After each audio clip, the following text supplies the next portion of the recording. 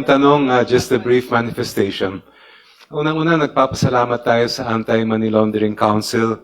Thank you for bringing the records that were requested by the committee. Lalong-lalo na yung listahan ng 630 covered transactions at 33 suspicious transactions na konektado kay Vice President Sara Duterte Carpio at sa kanyang asawa. Based on the ALMC table, ang lumalabas ay the reported inflows substantially exceeded the reported outflows. Ibig sabihin, mas malaki yung perang pumasok kaysa sa lumabas.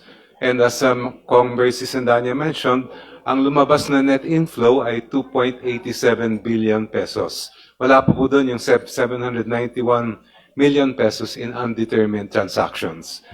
Napakalayo po nito, Madam Chair, sa dineclare ni Vice President Sara na yaman o net worth sa kanyang 2024 SALN of 88.5 million pesos lang. Kailangan ipaliwanag ni VP Sara yan at hindi lang po sa komite kundi sa taong bayan kung saan ang galing ang bilyong-bilyong pesong ito. Siyempre, karapatan ni Vice Presidente na ipaliwanag sa committee to o kaya kung gusto naman niya, hintayin niyang umabot sa Senado kung maaabot doon at doon niya ipaliwanag.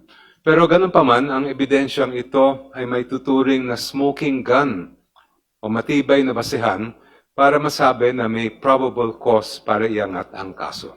Thank you, Madam Chair.